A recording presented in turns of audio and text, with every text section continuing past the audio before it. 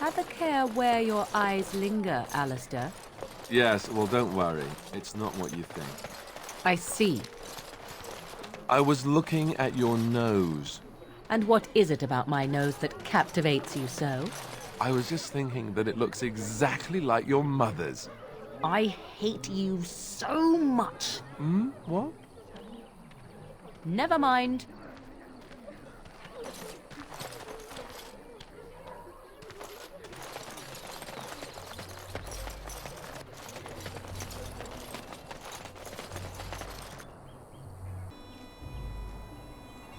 You wish something more of me?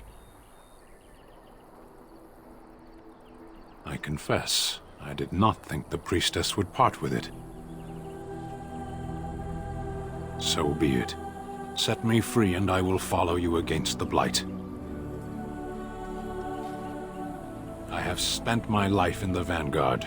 I know war, and your lands need all the help they can get. And so it is done. I will follow you into battle. In doing so, I shall find my atonement.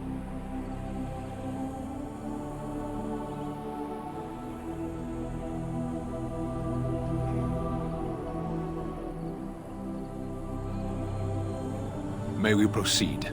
I am eager to be elsewhere.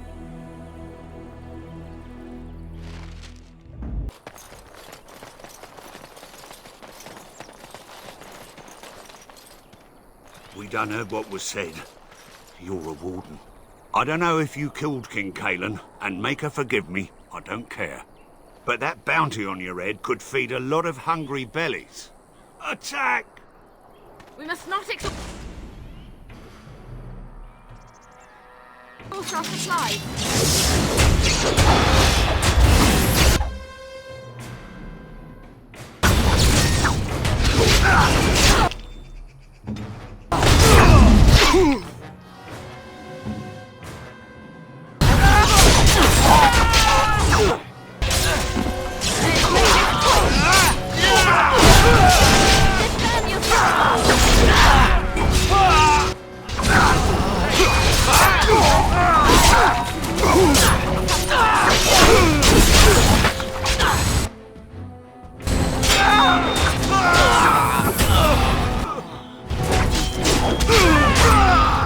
Make her be praised.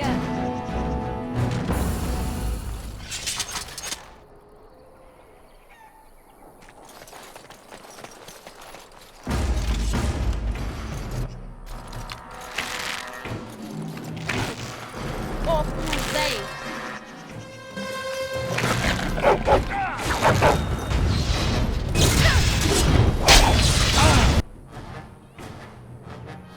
Defend yourself!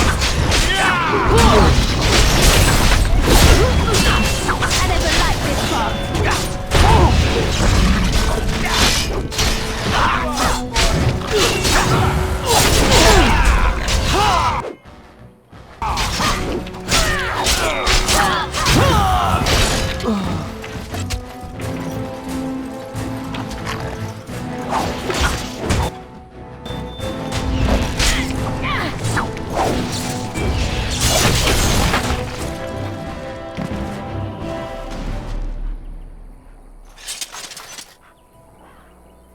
Don't you ever talk?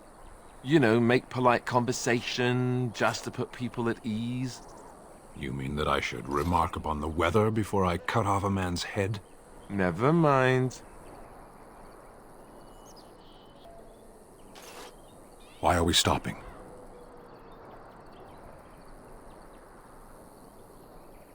There are darkspawn to be fought. Is this delay needful?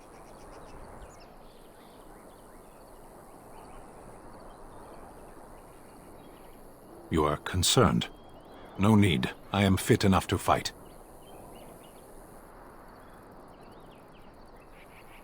No. People are not simple. They cannot be summarized for easy reference in the manner of, the elves are a lithe, pointy-eared people who excel at poverty. Many humans have said that to me. I do not understand it. If I were indeed hostile, you would be bleeding. Couldn't you tell? I am. I have always fought in war, human. My people have been at war since the moment we set foot in the Northern Islands.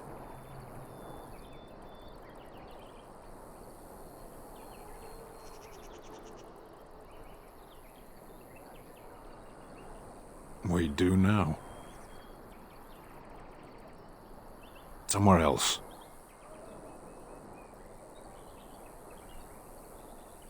No. I was born in Seheron.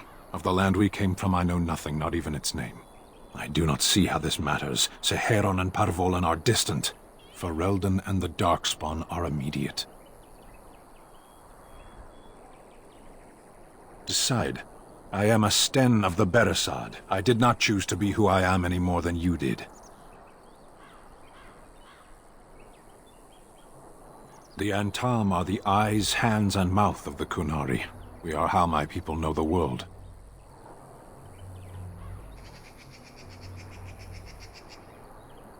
No, I didn't. Yes.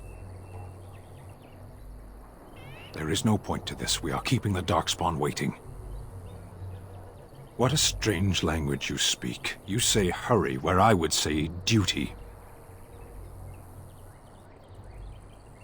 No, it is yours, and you are chatting with me instead. As you wish.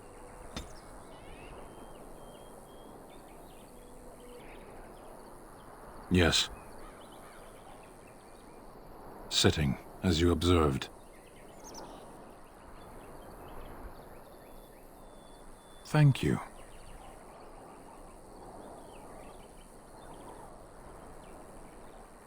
Warden, if I truly disliked you, I would leave. That I am still here, you may interpret however you choose. I did. Parshera. Was there anything else? I am hardly surprised. To answer a question. The Arishok asked what is the Blight. By his curiosity, I am now here. The one who commands the Antam, the body of the Kunari.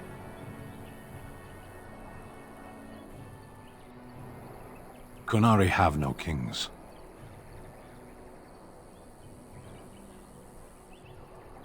A portion of it. Were you not at Ostagar when the army was overwhelmed? That is your answer. Yes.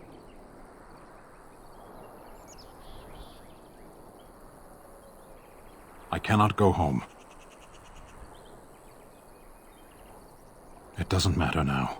Can we move on? We keep the Darkspawn waiting. I am hardly surprised.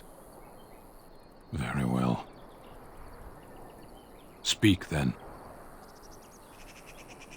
Then I suggest we move on. As you wish.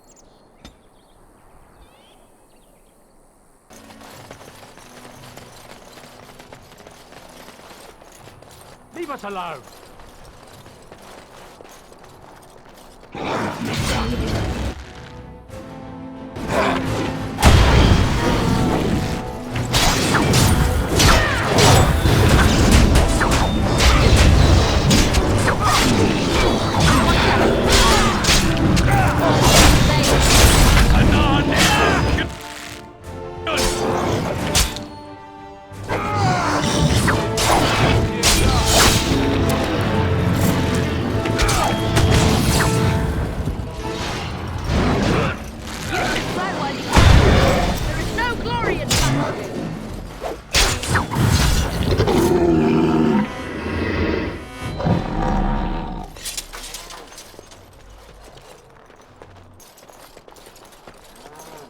Mighty timely arrival there, my friend. I'm much obliged.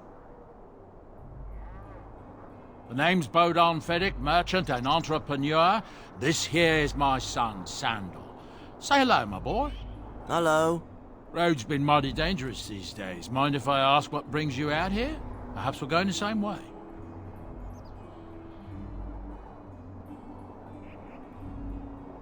Complicated? Somehow I imagine that only says half of it. Thank you for the offer. There may be more excitement on your path than is good for my boy and me. Allow me to bid you farewell and good fortune. Goodbye. Now then, let's get this mess cleaned up, shall we?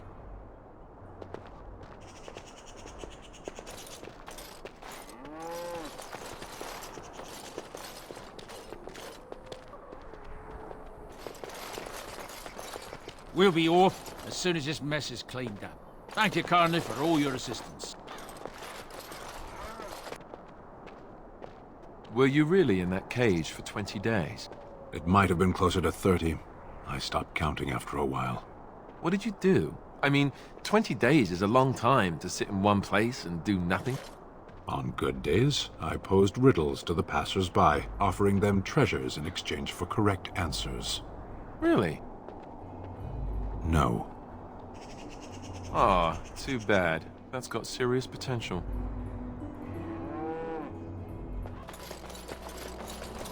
It shall be done.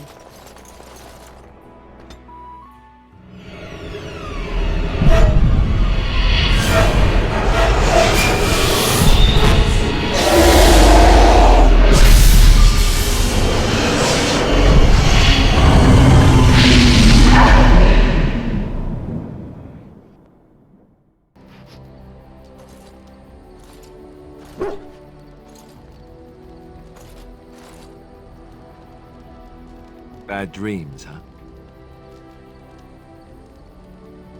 Well, it is real, sort of. You see, part of being a Grey Warden is being able to hear the Darkspawn. That's what your dream was, hearing them. The Archdemon, it talks to the Horde, and we feel it just as they do. That's why we know this is really a blight. I don't know if it's really a dragon, but it sure looks like one.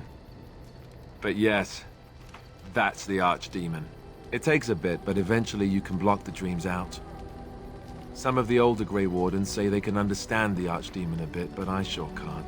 Anyhow, when I heard you thrashing around, I thought I should tell you.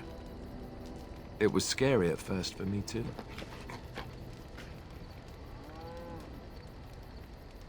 That's what I'm here for. To deliver unpleasant news and witty one-liners. Anyhow, you're up now, right? Let's pull up camp and get a move on.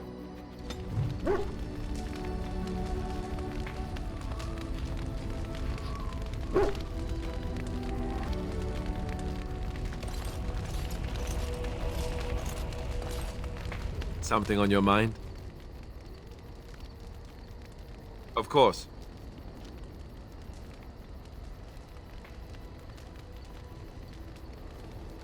Have you seen the uniform? It's not only stylish, but well made. I'm a sucker for good tailoring.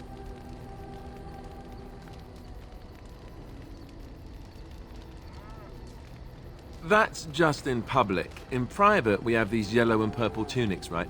Much more comfortable, and you don't break the beds when you jump on them during a pillow fight.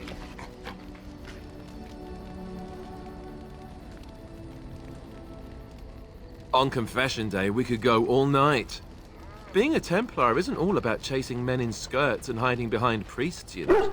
You don't really want to know about my being a Templar, do you? It's really quite boring.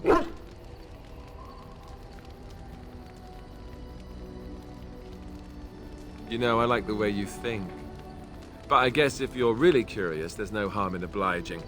I have a couple of interesting-looking moles I can show you later, too, if you're interested. The truth of the matter is that I did hate going to the monastery. The initiates from poor families thought I put on airs, while the noble ones called me a bastard and ignored me. I felt like Al-Eamon had cast me off, unwanted, and I was determined to be bitter. But I took some solace in the training itself, I guess. I was actually quite good at it.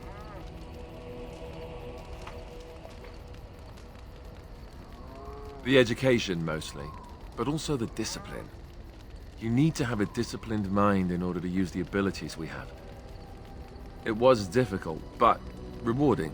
I never really felt at home anywhere, though, until I joined the Grey Wardens. And Duncan felt my Templar abilities might be useful for when we encountered Darkspawn magic, so I kept it up. What about you? Do you have anywhere you consider home?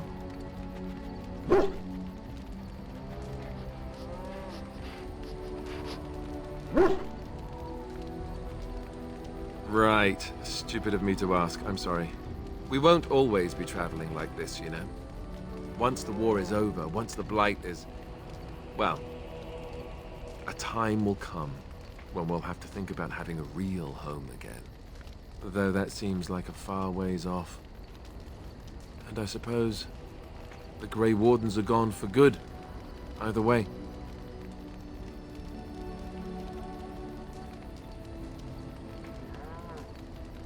I suppose you're right. We can create new Grey Wardens, but we'll never get back those we lost. I wonder if it would ever feel the same.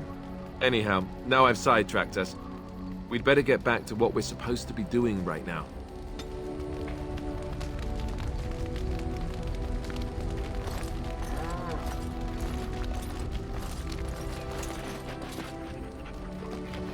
Oh, why, you little... Your furry friend here took offense at me getting near his food. He snapped at me, look.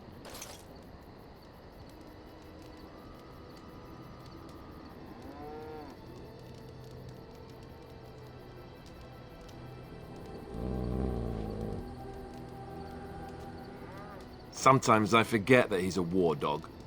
That'll teach me. I once heard a really old legend about how the Hound warriors in the days of the old tribes would feed their Mabari the flesh of the vanquished. Well, that's what I heard anyway. It would sometimes be human flesh. Oh, like you can tell the difference. For all you know, maybe you've already been fed something. Someone.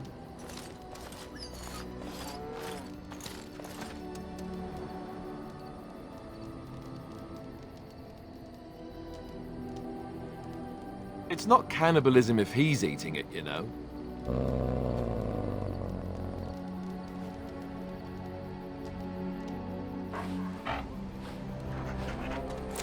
Look at what your fool dog placed in my pack. A putrid, half-eaten hare is not something a woman wants to find in her unmentionables.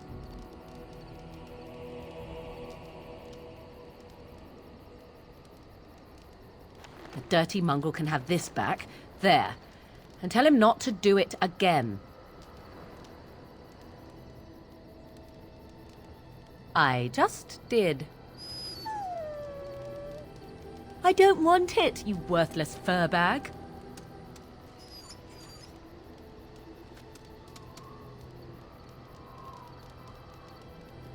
He is certainly manipulative, I can tell. I do it too.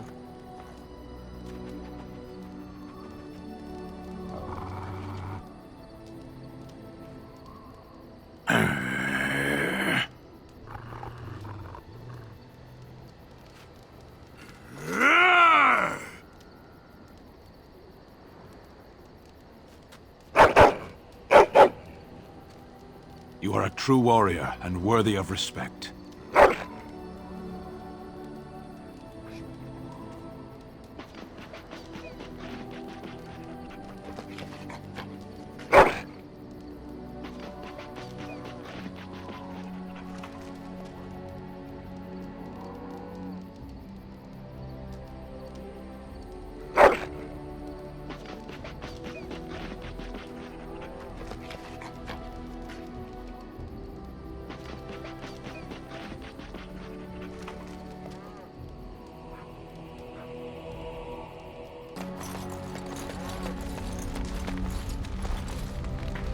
What do you wish of me? If you must. I was not born such. 'Tis a skill of Flemeth's, taught over many years in the wilds. The chastened have tales of we witches, saying that we assume the forms of creatures to watch them from hiding. When a child is alone and separate from his tribe, that is when we strike, dragging the young boy kicking and screaming to our lair to be devoured. A most amusing legend.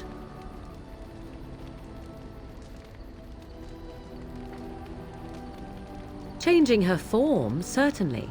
Devouring lost children, I cannot say. She has not done it in my experience, though in truth my lifespan is but a fraction of her own. Why do you ask? Is there something specific you wish to know?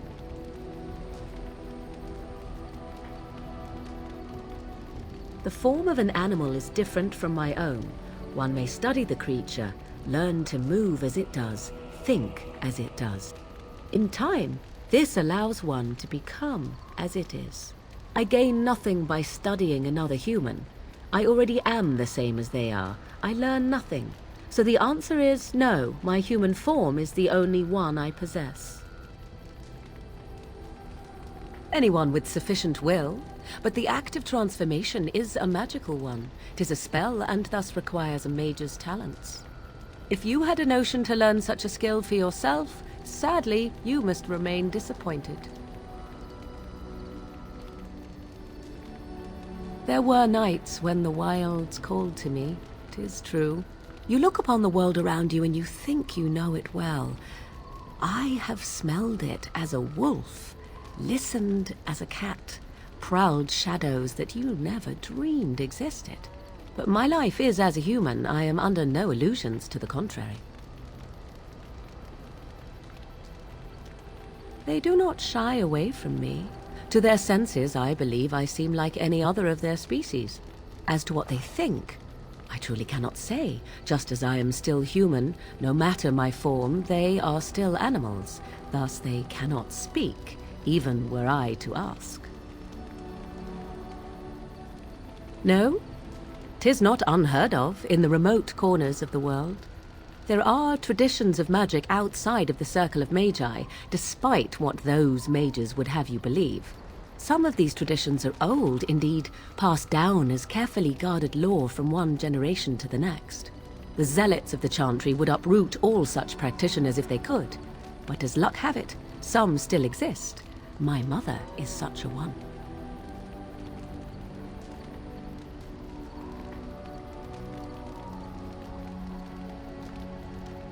Not all apostates use the forbidden blood arts. Maleficarum do, but to condemn all who do not fall under the circle's thrall for the sake of what might be is a dangerous path to walk. There are those who look on the word apostate as meaning freedom. Indeed. Have you an opinion on my abilities, then? Am I an unnatural abomination to be put to the torch?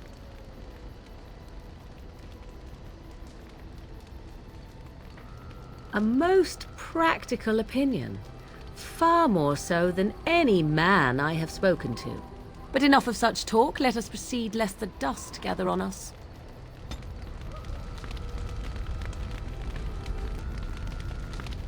What do you wish of me? If you must. Why do you ask me such questions? I do not probe you for pointless information, do I?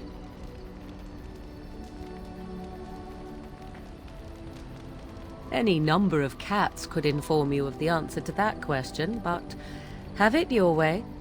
What is it you asked? If I grew up in the wilds? A curious question. Where else would you picture me? For many years it was simply Flemeth and I. The wilds and its creatures were more real to me than Flemeth's tales of the world of man. In time I grew curious. I left the wilds to explore what lay beyond, never for long. Brief forays into a civilized wilderness.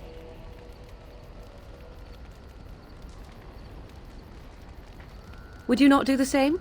Your world is an unforgiving and cold place. The wilds I hail from is home to me, and I a natural denizen. For all that I had been taught, however, the truth of the civilized lands proved to be overwhelming. I was unfamiliar with so much.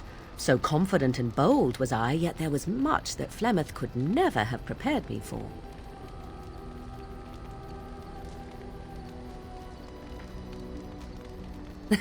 Equal parts daring and foolhardy, perhaps. Only once was I accused of being a witch of the wilds, and that by a chastened who happened to be traveling with a merchant caravan. He pointed and gasped and began shouting in his strange language, and most assumed he was casting some curse upon me.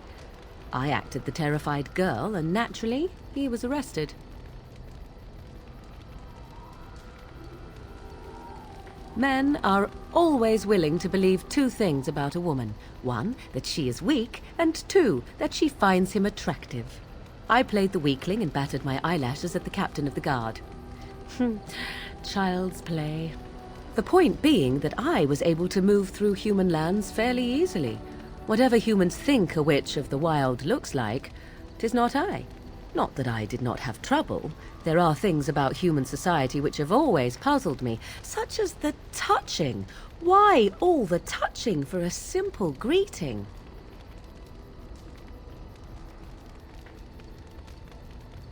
To begin with, yes. What is the point of touching my hand? I find it an offensive intrusion.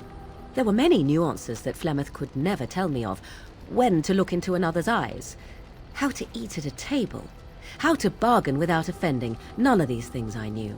I still do not understand it all, truth be told, but then I gave up long ago any hope of doing so. When I returned to the wilds last, I swore to Flemeth that I had no intention of leaving again.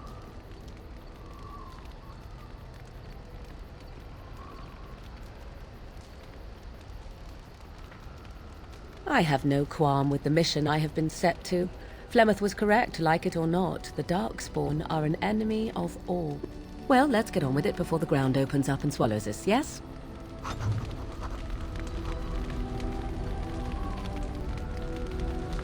What do you wish of me? If you must. My mother has been hunted from time to time, yes, by Templar fools like Alistair, which should tell you how successful they generally were. Flemeth made a bit of a game of it, in fact. The Templars would come again, and she would look at me and smile and say that the fun was to begin once more.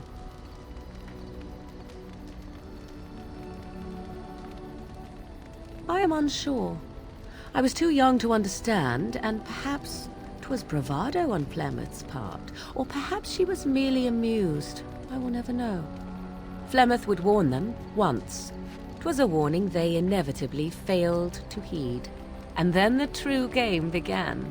Often Flemeth would use me as bait, a little girl to scream and run and lure the Templars deeper into the wilds and to their doom.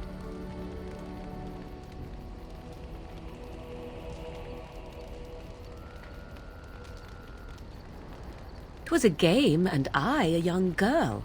If I didn't get to play, I would have been very upset. Thankfully, the wilds is a vast place. Once they found us, Flemeth would simply move us elsewhere, and we would be lost within the forest once again. I did not understand the danger we faced until I was much older. I had never heard of apostates or maleficarum.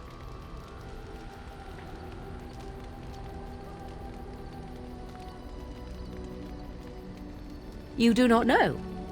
The Zealots use that word for any magic they do not control. The Chantry sees any mages not leashed to the Circle of Magi as apostates. And apostates could become maleficarum, evil mages that resort to blood magic and become demon-enslaved abominations. It may even be true. Still, those of us who prefer freedom see no reason to submit.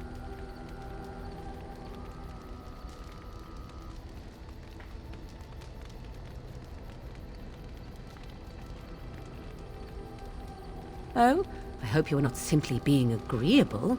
It would be a refreshing change. Enough of this talk. Let us return to the task at hand.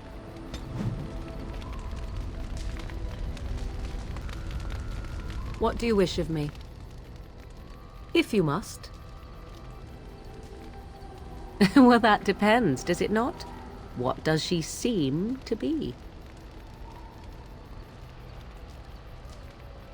You mean, is she truly the Flemeth of legend and story? Tell me, how much do you know of the tale? The one that the chastened still tell of my mother, to frighten them into obedience.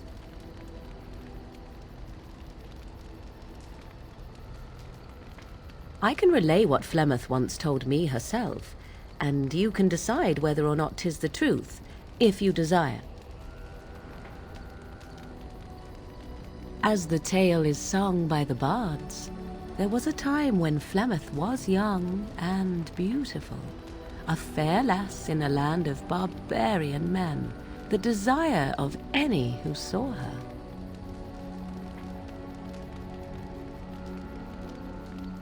Many centuries before this land was even named Ferelden, the tales say that Flemeth fell in love with Osen the bard and fled the castle of her husband, the dread Lord Conabar, and that he swore vengeance for her infidelity.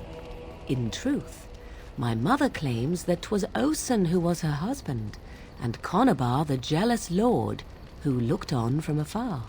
Lord Conabar approached young Osen and offered him wealth and power in exchange for his lovely wife, and Osen agreed.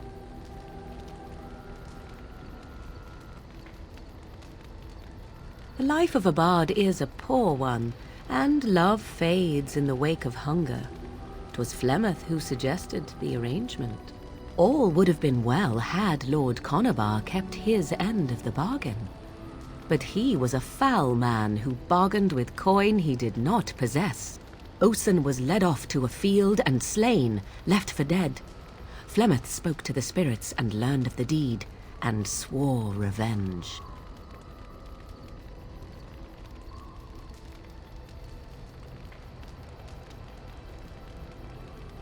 Spirits first, and 'twas they who slew Conabar. Flemeth did not turn to the demon until much later. Lord Conabar's allies chased Flemeth, you see, chased her to the wilds, and there she hid. There she found the demon, and he made her strong. The legends all speak of the great hero Cormac, he who defeated Flemeth and her great army when she invaded the lowlands centuries later.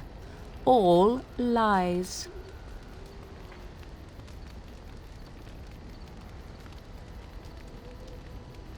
The truth of the matter is that there was never an invasion. As Flemeth tells it, the Chastened never raised an army under her banner, and she never fought with any warrior named Cormac.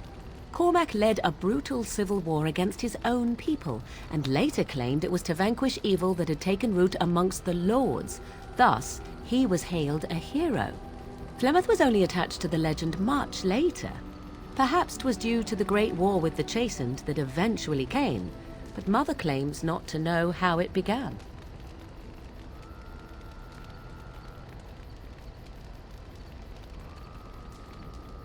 I do not believe everything that Flemeth claims.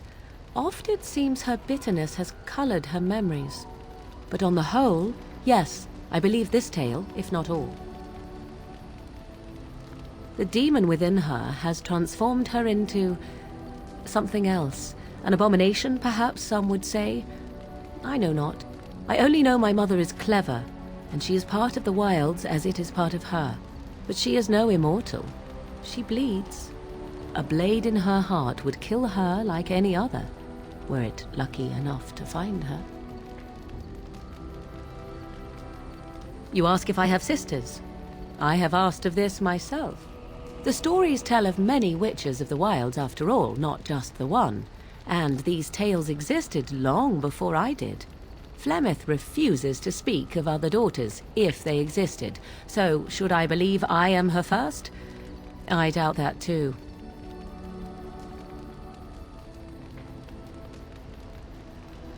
The Chastened tell of a falling out between Flemeth and her daughters. They say that one day she hunted them all through the wilds and ate their hearts. It may be true. I have never seen another witch or heard of one. Perhaps one day Flemeth will eat my heart as well. How often is this usually? Always? If not always, then when is it not true? There are more things in this world and the next than you or I could ever hope to understand. What Flemeth became is a mystery. I suspect even to her. Flemeth tells it with far more embellishment than I, but you are welcome. Dare I ask of your own mother? Few are abominations of legend, 'tis true, but I find myself curious nevertheless.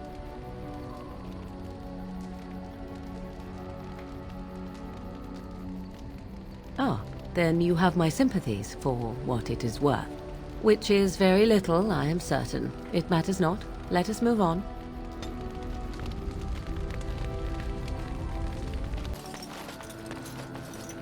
Ah, it's good to see you, my timely rescuer. Bodon Fennick at your service once again. I saw your camp and remember the kind offer that you made the last time we met. And is there anywhere safer for a poor merchant and his son to sleep? I think not. I'm perfectly willing to offer you a fine discount for the inconvenience of our presence. How does that sound? Good? Yes?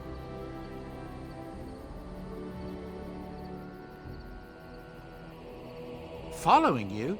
I'm not even certain where you're going, my friend. And quite frankly, it's none of my business. Trust me when I say that my encountering you here was serendipity and nothing more. I travel a lot, so I'm bound to meet everyone on the road eventually. If you prefer, I'll take my boy and be on my way. But regretfully, you're the safest spot on this road, without a doubt. Wonderful. Thank the kind lady, won't you, boy? Thank you, kind lady. We won't be a bother to you and your companions, I assure you. If you should need enchantments, simply talk to my boy. Otherwise, come speak with me.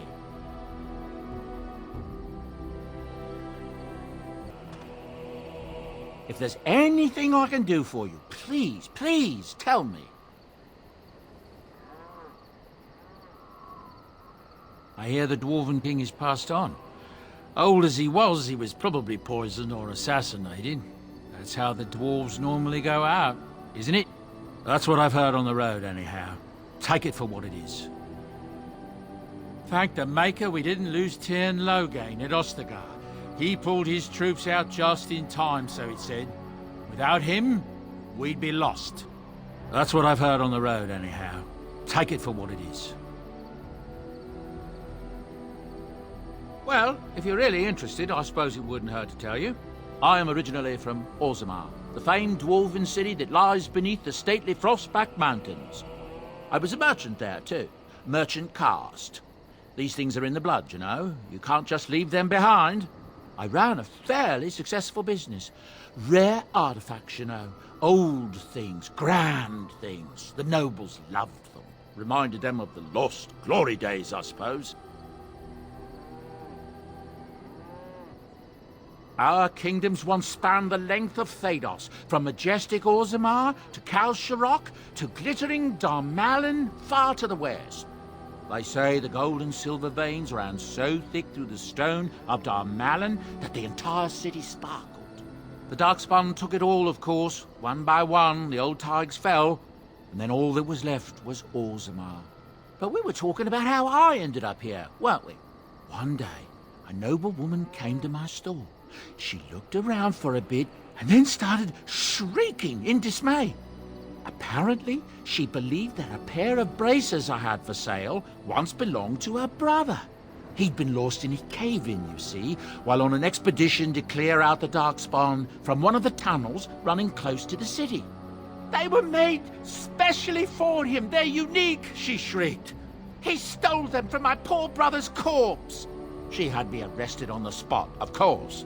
Nobles, they're touchy like that.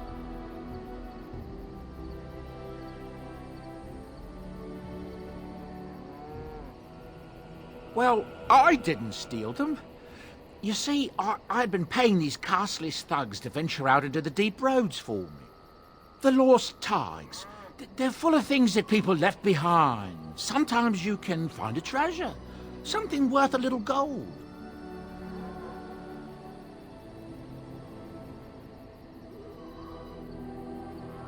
That's exactly how I see it.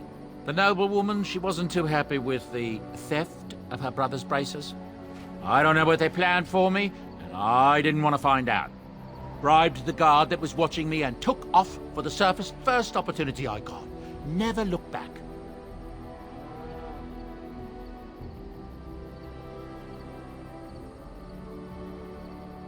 I thank the stone every single day. Now, is there anything the boy or I can get you?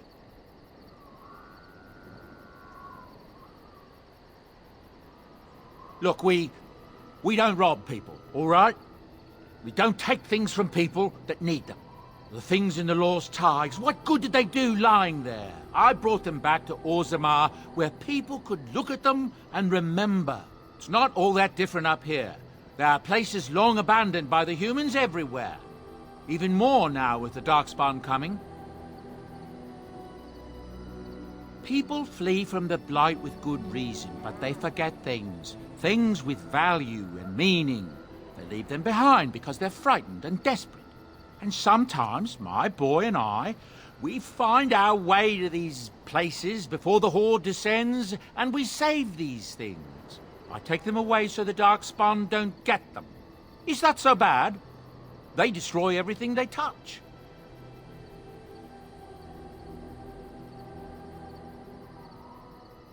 That's what I tell myself, too. Ah, these are dark times indeed. Dark times, my friend. Ah, yes. I'm married to a fine woman back in Denerim, it's true. She'd give me a son if she could, but that's not likely to ever be. Sandal here. I found him in the deep roads years ago. Abandoned, I think, and he was never quite right in the head. I took him in, and I brought him with me when I came here to the surface. He may not be my blood, true, but I think of him as one. We left Orzammar. That's right, boy. Maybe one day we'll see it again.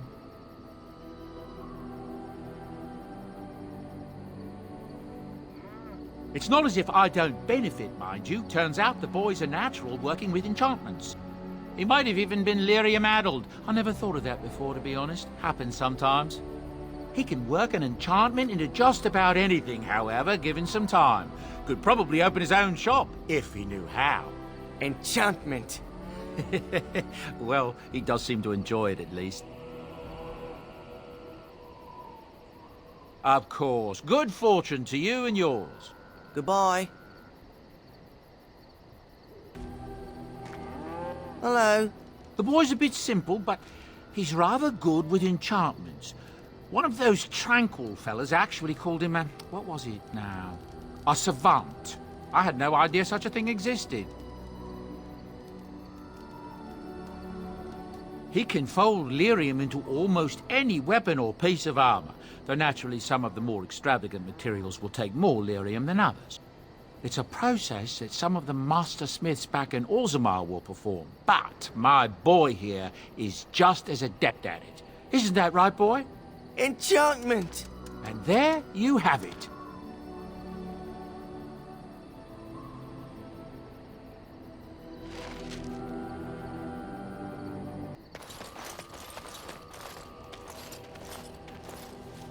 You're a hard woman to find. Where are my manners? The name is Levy, Levy Dryden. Did Duncan ever mention me? Levy of the coins? Levy the trader?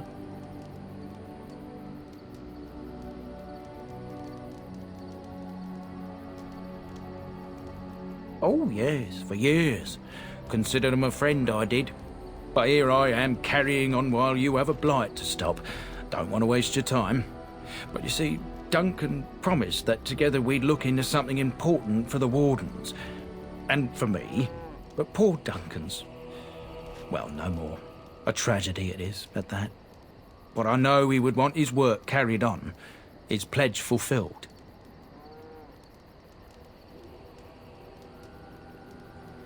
It's a bit of a tale, that is.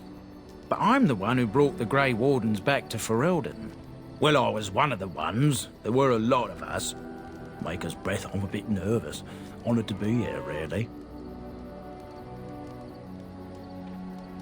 After King Marek freed us from the Orlesians, the Grey Wardens begged the King's permission to come into Ferelden, some sort of internal business. Me and a mess of other Warden sympathisers spoke on behalf of your order. Tan Loghain was very much against letting Orlesian Wardens in the kingdom. But Marek, Andraste, bless him, was a fair-minded monarch, and he let them in.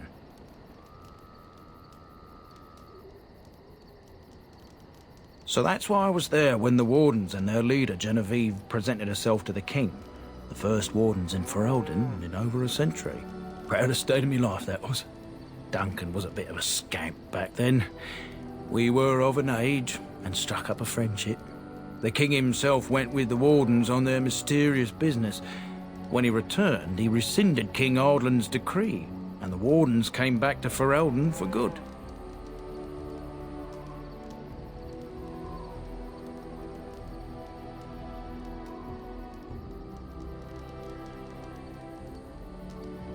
Marek was a bit of a visionary, a powerful mind, that one. In his travels with the Wardens, he must have seen how important their cause was, and been moved by it.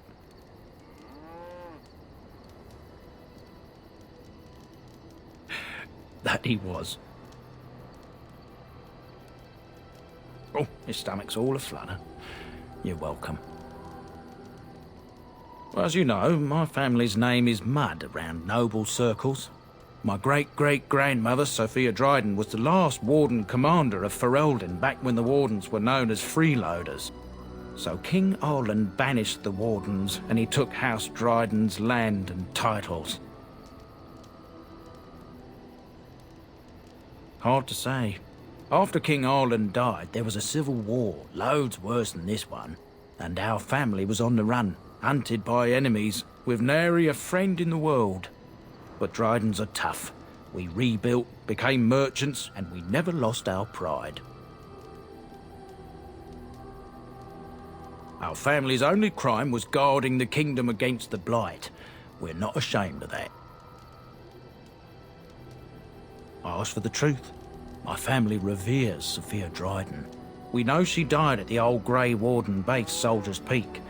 We want evidence to clear her name. It won't restore our land or our titles, but it'll restore our honour.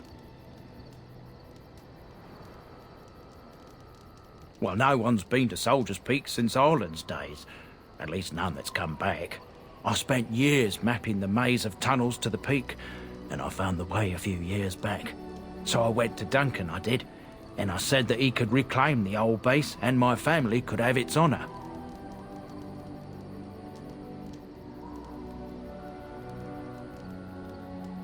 Soldier's Peak is strategic and symbolic importance. Duncan said that it would be worth it right there. He also hoped to recover lost Warden history and perhaps a few old relics. No one knows what's up there now.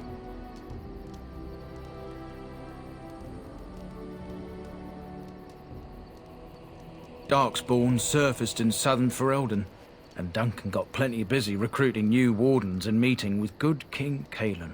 Duncan said he would help after the Battle of Ostagar. Said there might be useful things at the peak, but he never had the chance. I can pick my way through the tunnels at the base of Soldier's Peak, but the place, well, they say it's haunted, and it'll be dangerous for certain. Will you think on it, at least?